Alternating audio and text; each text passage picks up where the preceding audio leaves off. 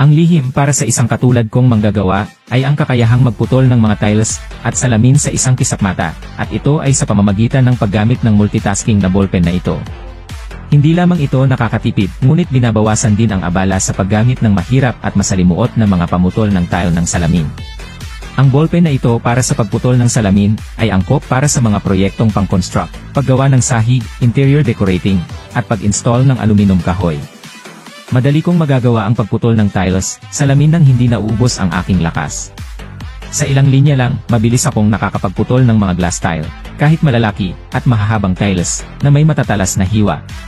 At lalo na, sa isang napakamakatwirang presyo, maaari itong palaging dalhin at gamitin sa bawat proyekto.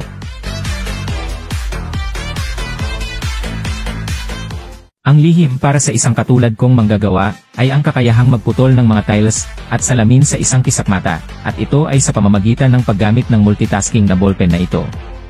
Hindi lamang ito nakakatipid, ngunit binabawasan din ang abala sa paggamit ng mahirap at masalimuot na mga pamutol ng tile ng salamin.